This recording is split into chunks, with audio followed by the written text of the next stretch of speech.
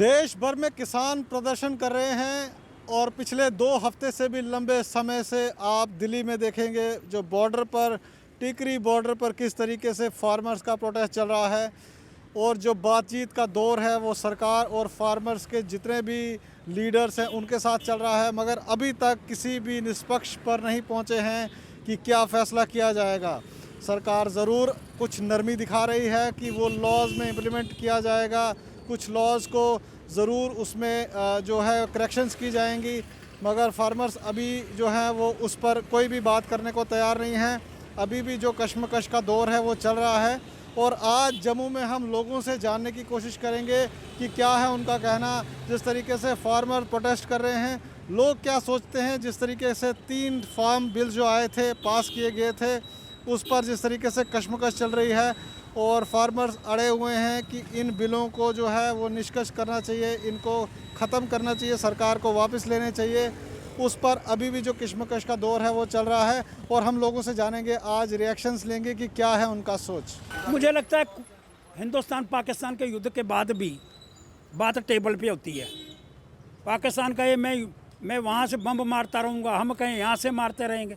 71 की जंग के बाद भी, 65 की जंग के बाद भी 90,000 सेना को छोड़ा जो हमारे कब्जे के अंदर थी। बात टेबल पर ही होगी और टेबल पर बात के लिए वातावरण बनाना पड़ेगा। मन की बात करो लेकिन वहाँ जाकर के रात तो गुजारो कोई। लेकिन वो जो वहाँ कह रहे हैं खालिस्तानी पाकिस्तानी, और आज मैंने एक देखा वो तो अजीबोगरीब था। इस तरह के वातावरण के अंदर बातचीत कभी टेबल पर होती नहीं है। बातचीत करने का तरीका एक ही है, दोनों तरफ से एटमॉस्फेयर बनना चाहिए, बैठ करके चर्चा होनी चाहिए। और अगर उसके लिए फार्मर तैयार नहीं है उस सारी व्यवस्था को रद्द करने को भी हमको तैयारी करनी होगी। और अकड़ करके कोई वातावरण शुद्ध नहीं होता। टेबल पर बैठ करके सारी बातें तय होती हैं और वातावरण ऐसा बनाइए, हम टेबल पर बैठ करके चर्चा करें। अकड़पन के अंदर हम अकड़े रहें, वो अकड़े रहें, तब वातावरण नहीं होगा।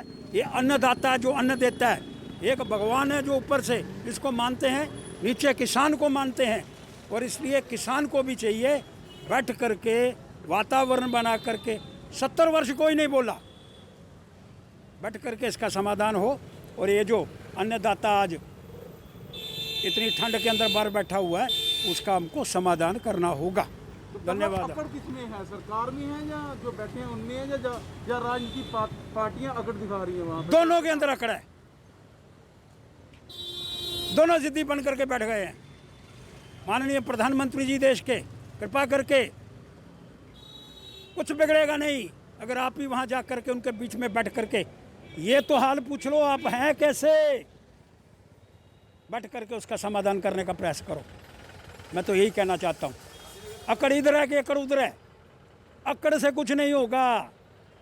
ठंडे वातावरण के अंदर बैठ करके चर्चा होगी, इसका समाधान निकलेगा और मुझे आशा है ये समाधान बड़ी जल्दी निकलेगा। और बैठ करके इस पर चर्चा होनी चाहिए और इसको अकड़ का विषय दोनों व्यक्तियों को, चाहे इधर वाले चाहे उधर वाले, उनको नहीं बनाना चाहिए। और पुराना सारी व्यवस्था, अरे यूरिया नहीं मिलता था, कोड वाला यूरिया, बाद में करा तो मिला। किसानों के विषय के अंदर 6,000 रुपया दिया। मैं उधर नहीं जाना चाहता। आज समस्या है, समाधान होना चाहिए, बैठ करके चर्चा होनी चाहिए और दोनों तरफ से अकड़पन समाप्त होना चाहिए। सर क्या नाम आपका? मनमोहन सिंह, एक्स प्रेसिडेंट रघुनाथ बाजार। मनमोहन जी, क्या कहना चाहेंगे जिस तरीके से आंदोलन चल रहा है किसानों का और सरकार के बीच और उनके बीच में कोई बातचीत नहीं हो रही, तो इसका असर अब आम पब्लिक पर भी होना शुरू हो गया है, तो आपकी क्या राय है इसको लेके, किस तरीके से इसका हल होना चाहिए? देखो जी, it's old slogan, government is of the people, by the people, for the people.